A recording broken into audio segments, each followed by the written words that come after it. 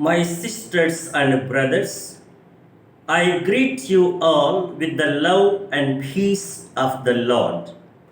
I invite you to meditate together with me on the Holy Word of God of 27th Sunday, 3rd October 2021.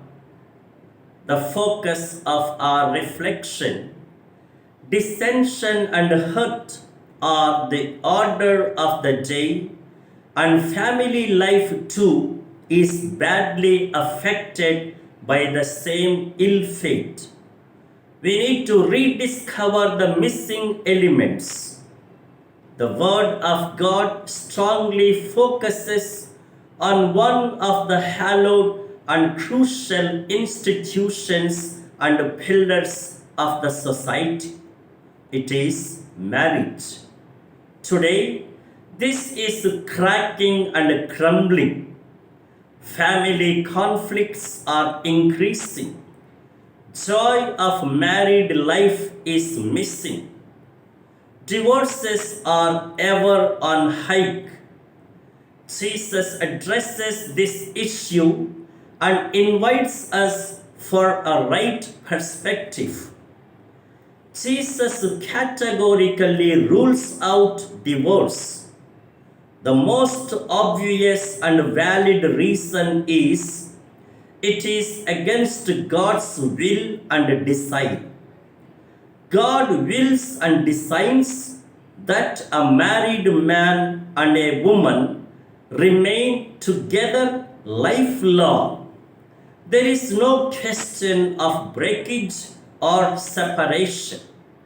The church too, in tune with Jesus' teaching, does not sanction divorce. Some may argue that this is not fair. Times are changing, problems are varied and complex. We cannot apply the same age-old rules. If one of the partners is not good, if the married life is joyless and frustrating, how can we be so heartless to keep them together? Rules are ultimately for the good and happiness of the human persons. We do not undermine the validity of these arguments, but our focus is not so much about divorce or no divorce. Our concern is something deeper. It is to see the missing links in the bond of marriage and family. It is to honestly see what exactly goes wrong with the present marriages and families. In which way we can restore and regain the lost beauty and happiness. The basic problem is a problem of perspective and mindset. For many today, marriage is no more something divine or holy. It is more a social arrangement, a cultural tradition. The obvious reasons are such as convenience, the establishment and maintenance of family, a legitimized physical union or sexual satisfaction, and procreation and begetting of children, assurance of social and financial security, etc. Certainly, this is more practical and useful, but this can drastically reduce the aspect of stability, durability, and bindingness of marriage.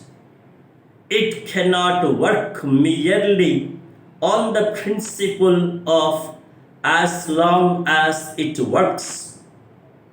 The operating principle must be not usefulness alone, but faithfulness.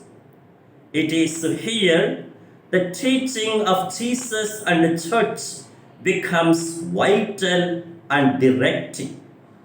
Marriage is not merely a social contract but a spiritual covenant.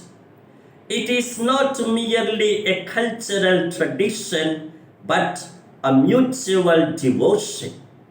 It is not merely a useful agreement but a meaningful commitment. For the Catholic Church, the value of marriage is forcefully safeguarded by understanding it as a sacrament. It is a relationship with God and with each other. It is not like any other relationships. It is deeply intimate, holy, and committed.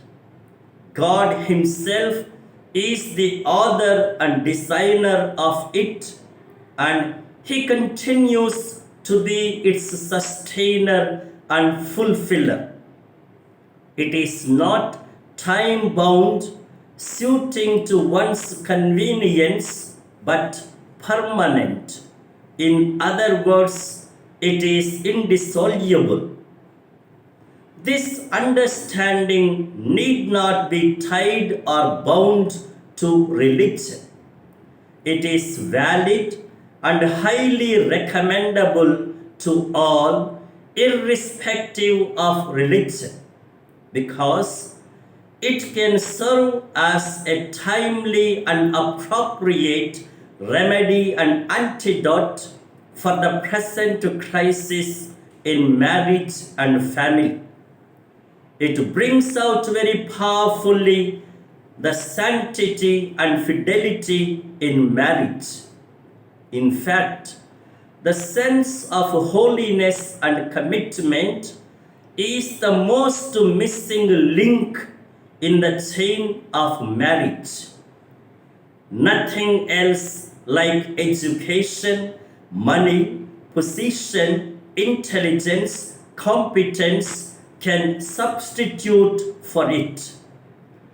And only such a sense of sanctity and fidelity can enhance a married life of love, humility, and responsibility, in patience and perseverance. Only such a rediscovery of the beauty and value of marriage can rebuild married life on faith in God and commitment to mutual good. In fact, this holds good for any walk of life, even for the consecrated life. And now the direction and the directive for our life: fidelity to God and fidelity to each other can recapture the lost dignity and joy in married life, and for that matter in any life.